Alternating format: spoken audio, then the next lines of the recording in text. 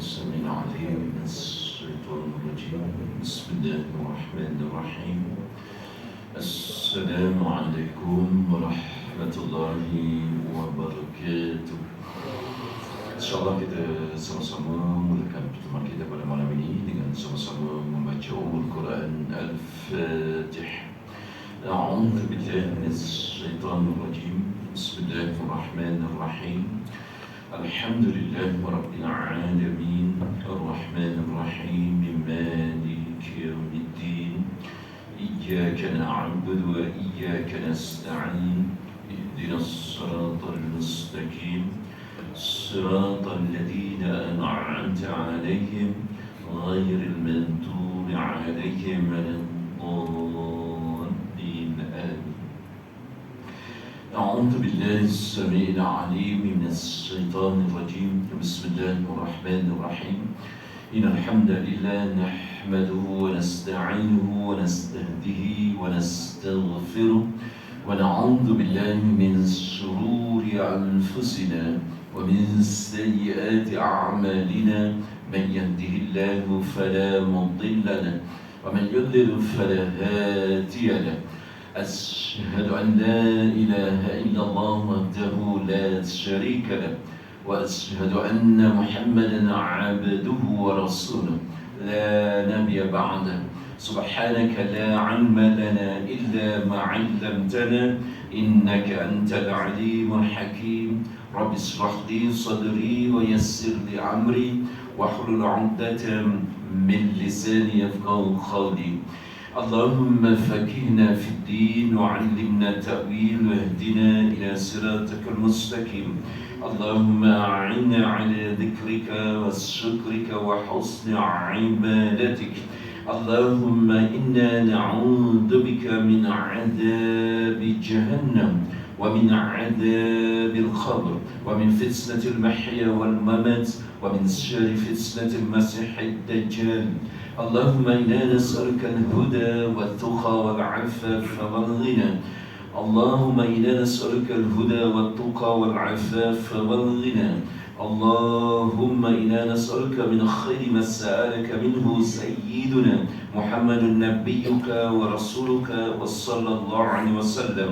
ونعوذ بك من شر ما استعاذك منه سيدنا محمد نبيك ورسولك صلى الله عليه وسلم.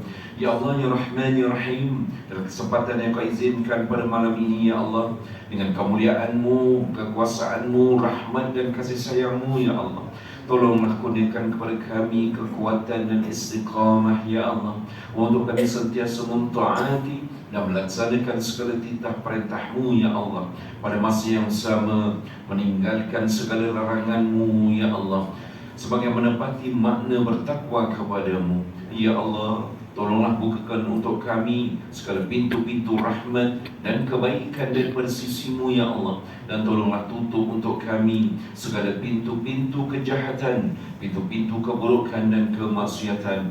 Dan tolonglah kurniakan kekuatan kepada kami, Ya Allah, untuk kami menyempurnakan seluruh ketaatan kepada-Mu, Ya Allah. Ya Allah, tolonglah bimbing dan pandu seluruh anggota kami, Ya Allah, agar terselamat daripada melakukan perkara-perkara yang boleh mendatangkan kemurkaan kepada-Mu, Ya Allah.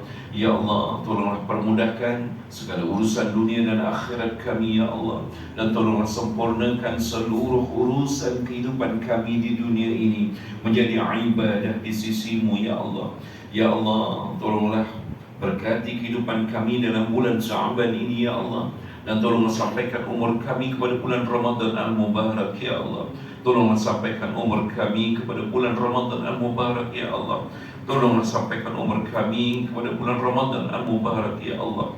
Seandainya Kau izinkan kami sampai ke bulan Ramadan Al-Mubarak, Ya Allah, tolonglah beri kekuatan kepada kami, Ya Allah, untuk memperbanyakkan amal kami di sepanjang bulan Ramadan, Ya Allah. Ya Allah, seandainya inilah Ramadan yang terakhir buat kami, Ya Allah, tolonglah jadikan Ramadan ini sebagai asbab untuk kami mendapat surga-Mu, Ya Allah. Seandainya inilah Ramadan yang terakhir untuk kami ya Allah, jadikan Ramadan ini ya Allah untuk melepaskan kami daripada azab api neraka-Mu ya Allah. Walhamdulillahi rabbil alamin. Wala haula wala quwwata illa billahil aliyyil azim. Kepada pengurusi surau dan seluruh jawatan kuasanya, kepada Tuan Imam dan imam-imam yang lain, kepada ustazah, para asatizah kita, para ilmuwan, sarjana, pimpinan masyarakat, dan juga tak dilupakan sahabat saya, Ustaz Sahar yang tak jemu-jemu mengingatkan saya untuk kuliah di surau. Terima kasih banyak. Dan juga yang diraikan, yang semoga dimuliakan oleh Allah SWT, seluruh sidang jamaah, tuan-tuan haji, puan-puan hajat, abang-abang, kakak-kakak, adik-adik, seluruhnya. Pertama dan selamanya, dengan penuh rasa kehambaan, dengan penuh rasa keinsafan, marilah kita sama-sama mengungkapkan rasa syukur yang tidak terhingga kehadirat Allah Subhanahu Wa Taala yang terus mengizinkan kita, yang memanjangkan umur kita, dan akhirnya menjadi asbab kita dapat berada di rumah Allah pada malam ini. Semoga ia akan dikekalkan oleh Allah sampailah saat-saat nyawa kita diambil oleh Allah Subhanahu Wa Taala. Jadi insya-Allah pada malam ini sudah pun masuk 17 Sya'ban, siang tadi 16 Sya'ban. Maknanya tinggal dalam 2 minggu untuk kita sampai ke bulan Ramadan Al-Mubarak. Namun walaupun hanya tinggal 2 minggu, kita tak berani menjamin yang kita ni boleh sampai kepada bulan Ramadan, kerana kesemua itu adalah milik Allah. Umur kita dalam genggaman Allah Subhanahu Wa Taala. Semalam pun masih ada orang meninggal. Kawan saya di surau Haji Samsun Alam, baru 53 tahun meninggal. Dan boleh jadi juga yang sempat sampai ke 28 Sya'ban belum tentu dia boleh sampai ke 1 Ramadan. Nak sebutnya bahawa doa yang diajar oleh Rasulullah bermula saja 1 Rajab sampailah ujung Sya'ban, kita teruskan baca. Kita mohon kepada Allah supaya Allah sampaikan umur kita kepada bulan Ramadan. Dan apabila diizinkan sampai bulan Ramadan, maka sebagai ucapan terima kasih kita, ucapan syukur kita pada Allah SWT, kita gemblingkan segenap kekuatan kita, kita perbanyakkan ketaatan, amal-amal ibadah pada sepanjang bulan Ramadan nanti, insya-Allah. Jadi kita sambung perbincangan kita pada kitab Nasihat Agama Wasiat Iman ini. Pada dua pertemuan yang lepas, kita masih lagi membincangkan bab sabar atas segala bala bencana ataupun ujian daripada Allah Subhanahu Wa Taala. Pada pertemuan yang lepas kita membincangkan daripada hadis Rasulullah sallallahu alaihi wasallam, di mana Rasulullah bersabda, "Man yasbir yusabbirullah wa ma'ati ahad ata'an khairan wa la as-sa'ami as-sabr." Siapa yang suka sabar, kata Rasulullah, ataupun siapa yang sentiasa mengamalkan kesabaran, nescaya Allah akan memperteguh hatinya. Ini janji, janji yang disampaikan oleh Rasulullah, dalam sabar dalam hati. Sabar ni suatu benda yang sukar. Saya sebut banyak kali. Saya sendiri, tak cakap orang. Sabar ni cakap mudah. Nak amal suatu perkara yang perlu kepada latihan, perlu kepada ilmu, perlu dibuat secara teamwork, secara berkumpulan, secara berjamaah. Tapi yang disebut oleh Rasulullah, siapa yang suka sabar, nescaya Allah akan memperteguh hatinya.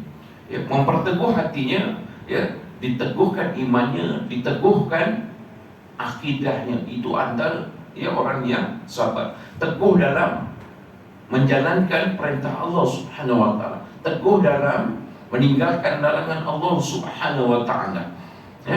Kerana kadang-kadang nak meninggalkan larangan Allah ni suatu kesukaran. Apatah lagi dengan zaman teknologi sekarang. Telefon ni macam-macam ada dalam telefon ini. Kalau kita tidak berhati-hati, dalam telefon ni touch saja. akan keluar macam-macam. Jadi maknanya keteguhan hati itu perlu, dan keteguhan itu lahir asbab daripada kita menjaga kesabaran kita. Kita dah bincang awal-awal, sabar dalam melaksanakan perintah Allah Subhanahu Wa Taala, sabar dalam meninggalkan segala larangan Allah Subhanahu Wa Taala. Yang pertama. Dan tiada seseorang pun yang diberi kurnia yang lebih baik dan lebih luas daripada sifat sabar. Maknanya sabar ini punca kuasa kepada segala kebaikan. Sebab tu kita kena usahakan. Walaupun ia sukar, kita kena usahakan. Ini bulan puasa, kita perlu kepada kesabaran. Kesabaran nak mengawal mata kita, kesabaran nak mengawal mulut kita, kesabaran nak mengawal telinga kita. Kalau tidak mempuasakan mata dan seluruh anggota kita, bimbang-bimbang puasa kita hanya sekadar menahan lapar dan dahaga. Sebab itu ingatan daripada Rasulullah SAW. Kam min sa'imin laisa lahu min siyamihi ila al-jum'al atas. Rasulullah sebut berapa ramai orang yang berpuasa. Maknanya ramai orang puasa, laisa lahu min siyamihi, tetapi tak mendapat apa-apa bahagian daripada puasanya. Maknanya puasanya itu tidak meningkatkan darjatnya. Puasanya itu tidak menyebabkan terhapus dosa-dosa kecilnya, kerana tidak mempuasakan anggota yang lain, sekadar berlapar dahaga, sekadar tidak bersama pasangan, tetapi anggotanya tidak dikawal, anggotanya tidak dipuasakan, menyebabkan puasa itu tidak mendatangkan apa-apa kebaikan. Laisa lahu min siyamihi ila ju'al atas. Ini ingatan untuk saya khususnya. Maknanya dalam tempoh berapa minggu ni, kita berusaha mempersiapkan diri kita, mempersiapkan dari segi fizikal kita, mempersiapkan dari segi mental kita, mempersiapkan daripada ilmu kita, mempersiapkan dari segi ilmu. Ilmu antaranya dalam daurah berkaitan Ramadan, pada hari Ahad ke Sabtu lepas di MBK Masjid Muzikar Pardua oleh Ustaz Hashim Azri Bindani. Disebut selalu kita kalau bulan puasa, kita di malam pertama kita akan niat puasa sebulan. Betul? Bila kita niat puasa sebulan, kita kena tahu bahawa itu adalah kita ambil daripada mazhab yang lain. Dalam Imam Syafi'i tak ada niat puasa sebulan sekali. Kita bertaklid dengan mazhab Imam Maliki. Kita dari segi ilmu kita kena tahu. Sebab dalam konteks beribadah ini, kita tidak boleh suka-suka ambil sekejap pakai Hambali, sekejap pakai Hanafi, sekejap pakai Syafi'i. Tak boleh. Cuma dibolehkan dalam keadaan-keadaan tertentu, keadaan-keadaan tertentu, dalam keadaan kritikal. Contoh di Makkah, bersentuh, dulu kita bertaklid dengan mazhab lain, tak batal. Contohnya ini juga puasa, bila keadaan amat memerlukan baru kita diizinkan. Maksudnya sebagai langkah berjaga-jaga. Langkah berjaga-jaga, pada malam pertama kita niat untuk sekali sebulan. Namun kita wajib untuk niat tiap-tiap malam. Sebab kalau kita terlupa niat, puasa ini tak sah puasa kita. Tetapi tetap kena imsak. Imsak maknanya menahan, tak boleh makan, haram. Sebab apa? Kenapa biasa dalam sudut yang lain, bila kita terlupa, Allah maafkan. Tapi bulan puasa ni, lupa ni tak diambil kira. Sebab waktu niatnya panjang. Waktu niat bermula lepas buka tu, dah boleh niat puasa sampailah sebelum subuh. Panjang. Sebab itu langkah berjaga-jaga, kita bertaklid dengan mazhab Imam Maliki. Kita dah tahu maknanya kita kenapa kita niat, kita ambil daripada mazhab Imam Maliki untuk berjaga-jaga. Tapi ingat, tiap-tiap malam kena niat. Dah macam tu tiba-tiba lupa juga, barulah kita bersandar kepada mazhab Imam Maliki. Itu namanya ilmu. Al-ilmu imamul amal wal amalu tabi'un. Ya, ilmu itu menjadi imam, menjadi pemimpin, menjadi petunjuk kepada kita untuk beramal ibadat, dan amal ibadah kita menjadi makmum kepada ilmu. Itu dia punya kaedah yang diajar. Ya, maknanya di rangkap yang kedua ini Rasulullah memberitahu bahawa yang dinamakan kurniaan sabar itu, bila kita boleh tegakkan dalam jiwa kita, dalam diri kita, maka itulah sebesar-besar kurniaan daripada Allah Subhanahu wa ta'ala. Ya? Rasulullah SAW bersabda lagi, as-sabru mi'walul mu'min, as-sabru amir. Dia nama saya dalam tu, ya. As-sabru amirul junudil mu'min. Apa dia? Yang pertama, sifat sabar itu diumpamakan cangkul seorang mukmin. Cangkul adalah senjata utama. Senjata, cangkul. Nak bertani tak ada cangkul macam mana? Ini zaman dulu lah, cangkul zaman Nabi. Dalam tu tak ada traktor zaman tu kan. Sekarang apa barang pakai cangkul, ladang pakai mesin, ya, pakai traktor. Tetapi nak cerita, sabar itu diumpamakan senjata utama. Ya? Dan sabar ini pula, ya, ada kaitan dengan rukun iman kita, berkaitan dengan qada qadar. Kita kena redha dengan qada qadar. Segala apa yang telah terjadi itu qada qadar, itu takdir daripada Allah. Kita kena redha. Tak redha boleh menyebabkan iman kita tercalar, ya. Boleh malang lagi, boleh sampai peringkat boleh terbatal syahadat kita. Sebab itu rukun iman kita. Sebab itu sabar ni sangat penting, ya? Yang kedua, sifat sabar itu adalah panglima bala tenteranya seorang mukmin. Itu gambaran yang diberikan oleh Rasulullah. Penting tak penting sabar ini dalam hati kita, ya? Berapa banyak kerana tak sabar orang kadang ceraikan isteri dia. Bila dah hati sejuk, alamak, baru menyesal, menangis pun ada lelaki, ya? Masa marah kau main, ceraikan kau. Pula sekali ceraikan tak 3. Macam mana? Tak boleh nak patah balik, nak kena cina buta pula istilahnya. Dalam fiqh tak ada cina buta, ini kita buat. Yang maknanya kena orang lain, kena berkahwin dengan orang lain dulu, baru boleh kita nikah balik dengan isteri yang kita, kalau diceraikan dengan talak 3. Sabar tu. Kadang mendera anak, saya pun tak faham macam mana seorang ayah boleh dera anak sampai dicucurnya api, kadang sampai pengsan, yang sampai meninggal pun ada. Bermula daripada kesabaran itu. Orang Jawa kata adius kesetanan. Orang Jawa kata kesetanan kan, dah hilang, dah lost control, kesetanan, betul. Ya, orang Melayu kata, kalau orang Melayu kata apa ni? Dah hilang sabar lah. Tapi Jawa ni ada satu istilah kesetanan. Dia dah tak sedar diri dah apa yang dia buat ni. Menggigil lah, dah marah lah. Tercita bahaya. Ya, bila sabar dah tak ada, itulah macam-macam boleh terjadi. Ya, orang yang membunuh, yang bunuh menyesal. Yang suruh bunuh siapa? Iblis. Iblis nak suruh benda yang dilarang oleh Allah.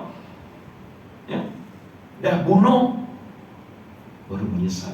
Ya, nak menghadapi hukuman, ya, dalam penjara, semua hilang, kerja hilang. Ini bermula daripada sabar. Ya, jadi sangat penting. Sebab itu Rasulullah mengumpamakan sifat sabar itu, ya, seperti panglima bala tentera seorang mukmin. Ya, apatah lagi saya sebut tadi, terlalu penting sabar ini digunakan dalam memastikan kita untuk menyempurnakan titah perintah Allah. Sabar. Walaupun pagi subuh, ya, subuh nak bangun, sekarang ni okey lah, subuh lambat, ya, 6 berapa sekarang? 6.19 ya. 6.19 maknanya pukul 6 pagi boleh. Tetapi kalau waktu subuh pukul 5.30, dulu pernah kan, kalau awal, maknanya pukul 5 kena bangun setidak-tidaknya. Perlu pada sabar nak bangun awal. Tetapi kalau kita memahami, ya, susah payah kita bangun pada waktu subuh untuk sembahyang subuh, Allah sediakan ganjaran yang sangat besar. Ya. Man salat isya fi jama'atin ka'annama qama nisfal lail. Ya. Tawaran bagi orang yang sembahyang isya berjamaah, kata Rasulullah, fa ka'annama, maka seolah-olahnya qama nisfal lail, berdiri beribadah separuh malam. Ni tawaran sembahyang berjemaah waktu isyak. Man salat subha fi jama'atin, dan barang siapa bersolat subuh secara berjamaah, kata Rasulullah, fa ka'annama, maka seolah-olahnya apa? Beribadah sepanjang-panjang malam. Solatul lail, ya. Tetapi dalam bulan puasa ni ada satu lagi ganjaran yang Allah beri, seolah-olah beribadah sepanjang-panjang malam. Ya, saya nak kongsi satu hadis Rasulullah sallallahu alaihi wasallam. Saya tak pasti pertemuan lepas saya dah kongsi ke belum. Ya. Jadi sembahyang tarawih ini, ya, menyempurnakan sembahyang tarawih ini boleh mendapat ganjaran seolah-olah beribadah sepanjang-panjang malam. Bagaimana caranya? Ya. Hadis daripada Abu Dzar Al-Ghifari, Rasulullah SAW bersabda, "Innahu man qama ma'al imam hatta yansarif, kutiba lahu qiyamu lailatin." Ya, apa maknanya? Rasulullah beritahu, sesungguhnya man qama ma'al imam, barang siapa yang bersembahyang, dia berdiri masa di sini sembahyang. Sembahyang apa? Sembahyang tarawih maksudnya. Sembahyang sunat tarawih ma'al imam, bersama imam, ya, hatta yansarif, sehingga selesai. Siapa yang selesai? Imamnya. Bukan makmumnya. Maknanya kalau imam buat 8 campur witir 3, 11 rakaat. Kita pun buat 8 rakaat campur 3. Kalau imamnya buat 20 rakaat witir tarawih campur witir 3 rakaat, 23. Kita pun buat 23 rakaat. Baru dikatakan hatta yansarif. Apa tawaran daripada Allah? Kutiba lahu, ditulis untuknya apa? Qiyamu lailatin.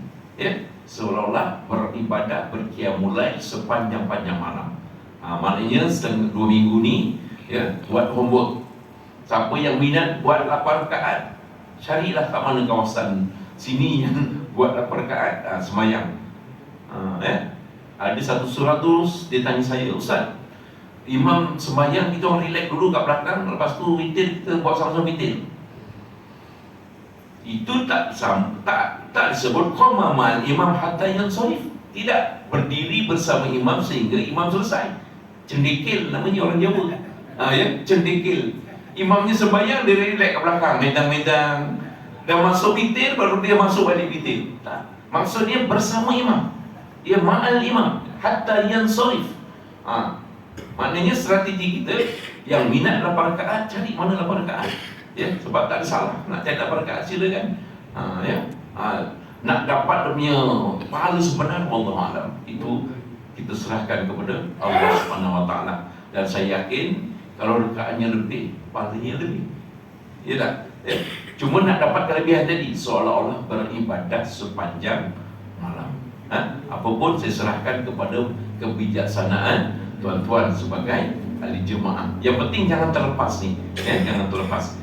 Okey, kita sambung perbincangan kita malam ini, ya.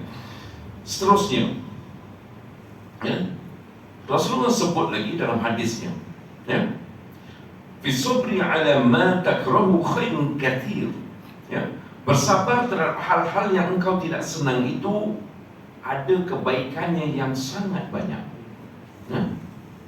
Nabi sebut bersabar terhadap hal-hal yang engkau tidak senang, ya, sangat baik kebanyakan, sangat banyak kebaikannya. Contohnya apa? Ada orang dikurniakan anak special, ya, apa namanya, Down syndrome, ya, malu. Saya pun ada anak buah Down syndrome dari sebelah isteri saya. Bapaknya pengarah pendidikan, malu, ya. Tetapi itu di luar kawalan kita, itu rezeki daripada Allah. Kalau ditanya siapa nak dapat anak macam tu, kalau ditanya mesti tak nak kan. Tetapi itu ujian. Ini benda hal yang kita tidak senang. Siapa yang suka dapat anak cacat? Tak suka. Tetapi itu daripada Allah. Bersabar. Allah kata banyak kebaikannya. Anak-anak yang Down syndrome ini, sebelah kaki dalam surga dah. Sebelah kaki dalam surga. Bayangan kita menjaga budak yang sebelah kaki dalam surga dah. Macam mana ganjarannya? Aku dah fikir macam tu. Sebab itu di luar kawalan kita, di luar kekuasaan kita. Ada orang kadang anaknya dia minta orang sebut penagih dadah. Siapa nak? Kalau ditanya nak bagi anak bagi dadah, bagi 100,000. Saya rasa tak nak, walaupun bagi 100,000. Tetapi itu ujian. Kena bersabar. Yang penting kita nasihatkan dia. Yang penting nasihatkan dia sebelum dan selepas kena nasihat. Kalau tak dinasihat, salahlah mak bapaknya. Kena nasihat. Yang penting tanggungjawab kita. Kalau tidak, anak-anak kita, tanggungan kita akan tuntut di hadapan Allah Subhanahu Wa Taala. Jangan main-main. Kita sebagai ayah, kita kena menyempurnakan hak sebagai ayah, kena didik agama anak-anak kita.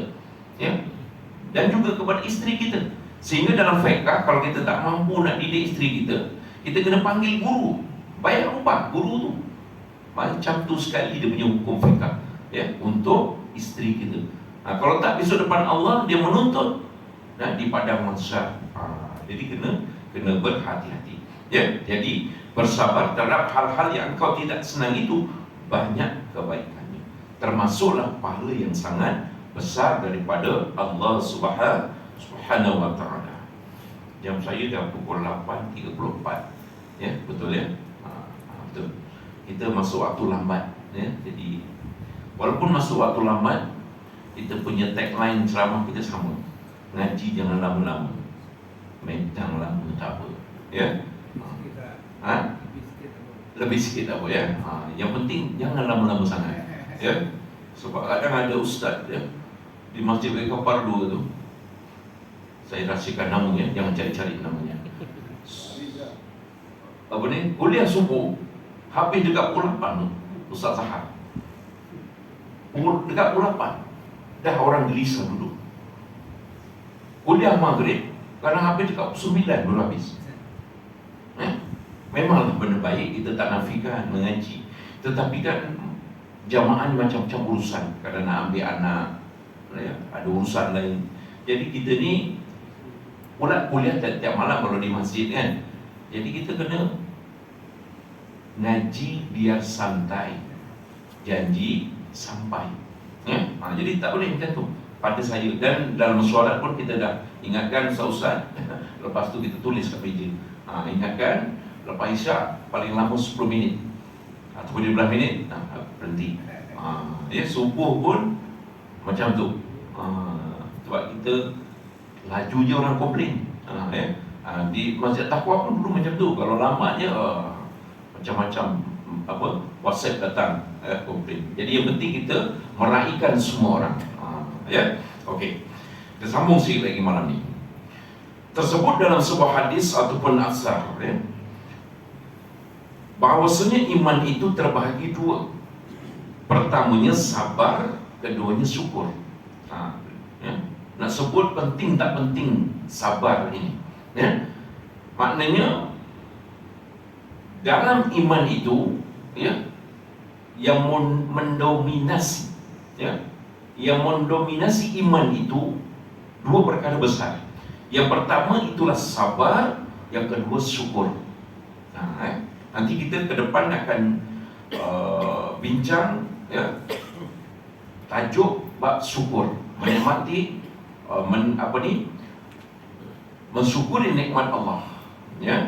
Kerana itu dimasukkan oleh penulis 9 perkara yang boleh menyelamatkan kita daripada kemurkaan Allah. Yang kita sedang bincang ini 9 perkara yang boleh menyelamatkan manusia daripada kemurkaan Allah dan daripada terhumban ke dalam api neraka. Termasuklah yang boleh menyelamatkan ini bersabar atas segala ujian daripada Allah. Kerana yang saya sebut tadi, sabar ini ada kaitan dengan rukun iman kita. Maknanya kalau kita tak sabar dengan ketetapan Allah, tak sabar dengan qada Allah, tercalar iman kita. Mungkin syahadah kita Bila kita tercalar, terbatal, maka tempatnya di neraka, menyebabkan kemurkaan Allah. Itu, lantaran itu seorang mukmin sangat berhajat dan perlu kepada sifat sabar. Sebab itu penulis ingatkan saya dan tuan-tuan, kita mahu tak mahu kena usahakan sifat sabar ini, terutamanya dalam sabar dalam menyempurnakan perintah Allah. Kena sabar, macam perempuan kena sabar bab berpakaian. Pakaian ini perintah Allah, mesti menutup aurat. Bab untuk muslimat, pakaian menutup aurat. Tak kira dia nak pesen macam apa, pesen bawal ke apa, tudung nak pesen ikan jerung ke, terserah. Tapi yang penting tutup aurat. Kadang kalau kita pertandingan passion tu, pertandingan passion, pemenangnya puluh ribu nak buat tu, tetapi terselak sana terselak sini. Itu tidak menepati Islam. Islam ini pakaian mesti tutup aurat. Dan bila bab pakaian untuk muslim ini, saya nak ulang lagi, sebab pemerhatian saya masih ramai lagi yang mungkin terlepas pandang. Maknanya isteri-isteri kita, anak-anak perempuan kita, menantu-menantu perempuan kita, adik-adik perempuan kita, anak buah perempuan kita, ingatkan apa dia? Ramai yang keluar tidak pakai stokin dan tak pakai seluar panjang. Baik pergi kondangan, baik pergi medang, baik pergi ambil anak sekolah. Saya berhati, saya bercakap ni melalui pemerhatian saya. Pergi medang, pergi restoran, berapa ramai yang tak pakai stokin? Kalau pergi anak sekolah tak pakai stokin, tak pakai seluar panjang. Maknanya pertama kaki nampak, bawah buku lari. Aurat ke tak aurat? Aurat. Bila tak pakai seluar panjang, ambil anak naik motor, dia pakai jubah, betul. Bila tak pakai seluar panjang, bila nak naik motor, dia akan naik atas. Setidak-tidaknya betis nampak, betul tak? Betis aurat ke bukan? Kena pula betisnya putih. Dah putih gebu pula, dah gebu bunting padi pula. Yang nengok imamnya Ustaz Zahar, malamnya jadi imam. Mau terlupa baca. Jangan main-main. Yang penting aurat tu. Saya perhati, saya perhati. Ambil anak sekolah agama. Saya kadang kebetulan saya punya kuliah kadang di apa ni, MBSA. Saya lalu ada sekolah agama tu sebelum keluar WCE tu. Ramai yang pakai jubah, tapi tak pakai seluar panjang, tak pakai stoking. Maknanya kita ambil ini, mungkin pada mereka ada dosa kecil. Tetapi ulama kata meremehkan dosa kecil boleh menyebabkan status dosa itu jadi dosa besar. Saya ulang sekali lagi. Ulama kata bila kita meremehkan itu dosa kecil, dosa kecil aja, maka status dosa kecil itu boleh jadi dosa besar. Maknanya kalau itu isteri tuan-tuan ataupun itu anak perempuan tuan-tuan, maka dia juga masuk dalam buku catatan kita. Kita dapat royalty sekali. Itu maknanya kita sama-sama. Jadi bila saya selalu ingatkan ni, sama-sama. Sebagai ayah, sebagai suami, sebagai abang kalau dia adik kita, kalau menantu kita sebagai pak mertua, kena sama. Jangan segan. Istilah segan tak ada. Menegur anak menantu istilah segan tak ada. Cuma cara tegur lah. Cara tegur bil hikmah. Jangan marah-marah. Apa ni tak pakai stokin? Itu salah lah. Islam tak ajar macam tu. Siapa nama? Nora. Ni kan ayah mertua ni dah macam ayah sendiri. Pakai ayat macam tu. Saya pernah cerita di sini kan, bahawa bakal menantu lelaki saya panggil dulu. Saya tak peduli dia ambil apa ni, jurusan Islam ke tak Islam ke, saya tanya. Sebab kita nak pass pattern kepada dia untuk menjaga anak kita. Dia kena panggil. Saya panggil. Bukan kita panggil nak marah dia, kita ingatkan dia. Pak Cik, kalau diizinkan oleh Allah betul jodoh dapat anak Pak Cik, ini besok nak pass pattern. Maknanya kum anfusakum wa ahlikum nara, akan berpindah pada dia. Kita kena maklumkan. Kalau bagus lagi, sebelum datang bagi tahu anak kita, datang sebelum maghrib nak maghrib bersama. Pakcik nak jadi makmum, langsung tak datang. Orang buat macam tu. Saya buat macam tu, saya bercakap, saya buat. Maknanya kita nak jadikan Islam di depan. Maknanya semua perkara termasuklah dalam bab mencari menantu. Cari yang jawatan besar, carilah tak apa, tapi yang basicnya agama itu kena ada. Okey, sambung lagi. Lantaran itu seorang mukmin sangat berhajat dan perlu kepada sifat sabar, terutamanya sekali ketika menghadapi bala dan bencana, kesusahan dan kesukaran, dan segala macam penganiayaan. Sebab kita hidup ni tak lepas dengan ujian daripada Allah. Maknanya bila diuji, itulah perlu kepada kesabaran. Saya tegaskan sekali lagi, saya ulang sekali lagi bahawa selagi kita namanya manusia menjadi hamba Allah, kita tak akan lepas daripada ujian Allah Subhanahu Wa Taala. Alladzi khalaqal mauta wal hayata liyabluwakum ayyukum ahsanu amala. Ini janji Allah. Sebut dalam surah Al-Mulk yang kita baca setiap malam. Dan dialah yang menciptakan kematian dan kehidupan untuk apa? Liyabluwakum ayyukum, siapakah di antara kamu ahsanu amala, yang terbaik amalannya. Nak tahu baik tak baik amalannya, kena diuji, periksa. Maknanya kita setiap hari, setiap saat diuji oleh Allah Subhanahu Wa Taala. Termasuklah subuh, siapa yang boleh datang, itu ujian. Maknanya kalau dapat datang, maknanya dia ahsanu amala. Itu setiap saat dan ketika diuji. Orang kaya diuji dengan kekayaannya. Azan dulu tak? Tak terus lupa pula. Terus Orang kaya diuji dengan kekayaannya, orang miskin diuji dengan kemiskinannya, orang pandai diuji dengan kepandaiannya. Sebab itu kadang-kadang jadi orang pandai jadi sombong. Itu dia gagal ujian. Dia lupa bahawa segala yang kita ada ini pinjaman daripada Allah Subhanahu Wa Taala. Semua perkara Allah yang bagi pinjam kita. Isteri kita pinjaman Allah. Sebab itu ada orang isterinya cepat diambil oleh Allah, ada orang lambat diambil. Kalau isteri kita boleh pegang aja, ini isteri aku, siapa nak ambil? Tetapi hakikatnya itu semua milik Allah. Allah ingatkan kita, ini akhir untuk malam ini. Allah ingatkan kita dalam surah Fatir. Surah Fatir ayat ke-15. Allah sebut apa? A'udzu billahi minasyaitonir rajim. Ya ayyuhan nas, wahai manusia, kata Allah. Saya yakin semua yang hadapan saya ini manusia, tapi saya yakin juga ada di selang-selang ni jin pun ada, setan pun ada. Tapi seruan ini kepada manusia. Ya ayyuhan nas, kata Allah, wahai manusia, antumul fuqara ila Allah. Kamu semua ini fuqara di sisi Allah. Fuqara ni jamak kepada fakir. Mufradnya fakir, satu, fakir. Jamaknya fuqara. Kalau dalam bahasa kita fakir ni fakir miskin, tetapi diterjemahkan dalam Al-Quran, nama fuqara ini ialah kamu semualah yang memerlukan kepada Allah.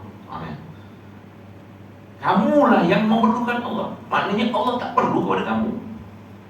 Allah tak perlukan apa-apa. Kita taat kepada Allah pun Allah tak untung. Kita semua pakat-pakat melawan Allah, Allah pun tak rugi. Jadi maknanya kita tak punya apa-apa dalam bahasa lain. Semua kita dapat daripada Allah. Roh kita Allah yang bagi pinjam. Dulu kita tak ada, jadi ada. Maknanya Allah yang bagi. Sebab itu ada orang ada anak, ada orang tak ada anak. Sebab itu Allah yang bagi pinjam. Tak boleh mendapat dada. Nampak sahabat tak ada anak, kau tak pandai. Tengok aku anak ramai pandai. Belagak pula. Anak Cina makan pengat, sendiri mau ingat. Ini Allah yang beri. Kadang-kadang kita jumpa kan, cucu. Kita cucu ramai, tiba-tiba ada orang belum ada cucu. Sebab di luar kawalan kita, kita hanya mengusahakan. Itu semua rezeki daripada Allah. Jadi benda-benda itu kalau kita memahami akan hakikat ini, pernyataan daripada Allah menjelaskan ini, menutup ruang untuk kita rasa bangga diri, yang menutup ruang untuk kita rasa riak. menutup ruang untuk kita rasa kita lebih hebat daripada orang lain. Kerana semua yang ada pada kita ni pinjaman Allah. Pandai kita, pinjaman Allah. Ya, kaya kita, pinjaman Allah. Kita jadi menteri, jadi Perdana Menteri, jadi agung, itu pinjaman Allah. Tetapi selalunya lupa bila diberi ke nikmat oleh Allah. Ya. Jadi akhir untuk malam ini. Jadi hakikatnya kita ni, sekarang kita sebetulnya kita kerdil. Kita tak punya apa-apa di hadapan Allah SWT. Malah apa yang kita ada, apa yang Allah pinjamkan kepada kita, kesemuanya itu Allah akan tanya balik di hari akhirat. Apa yang kau buat dengan umur kamu? Apa yang kau buat dengan keluarga kamu? Apa yang kamu buat dengan kuasa yang kamu ada? Apa yang kamu buat dengan kekuatan yang kamu ada? Semuanya akan ditanya oleh Allah SWT. Saya rasa cukup setakat itu untuk malam ini, tuan-tuan. Terima kasih banyak-banyak atas perhatian, ya. Dan oleh kerana dah tinggal 2 minggu kita nak berpuasa, maka saya mengambil kesempatan mengucapkan selamat menyambut Ramadan Al-Mubarak. Semoga Allah memberikan kekuatan, kesabaran, ketabahan kepada saya dan tuan-tuan semua menghadapi Ramadan. Dan kita mengharapkan Ramadan ini terbaik, lebih baik daripada Ramadan yang sudah-sudah. Ya, semoga dengan Ramadan ini, ya, Allah menjadikan kita dalam senarai di surga Allah. Dengan Ramadan yang bakal kita lalui, menghapuskan segala dosa-dosa kita. Dengan Ramadan yang bakal kita lalui, menyebabkan kita layak untuk dapat surga Allah dan terselamat daripada azab neraka Allah SWT. Ya, jadi yang baik itu daripada Allah SWT. Yang terkurang tersilap atas kelemahan saya minta maaf banyak-banyak. Jadi marilah kita sama-sama mengakhiri pertemuan kita pada malam ini dengan sama-sama membaca tasbih kafarah dan surah Al-Nas. Subhanakallahumma wa bihamdika asyhadu an la ilaha illa anta astaghfiruka wa atubu ilaik. Bismillahirrahmanirrahim. Wal 'asr innal insana lafi khusrin illa alladhina amanu wa 'amilus shalihat wa tawassaw bil haqq wa tawassaw bis sabr. Sekian aku qauli hada wa astaghfirullahal 'azim li wa lakum wa lisairil muslimin wal muslimat fastaghfiru innahu huwal ghafurur rahim. Wallahu a'lam. Wassalamu alaikum warahmatullahi wabarakatuh.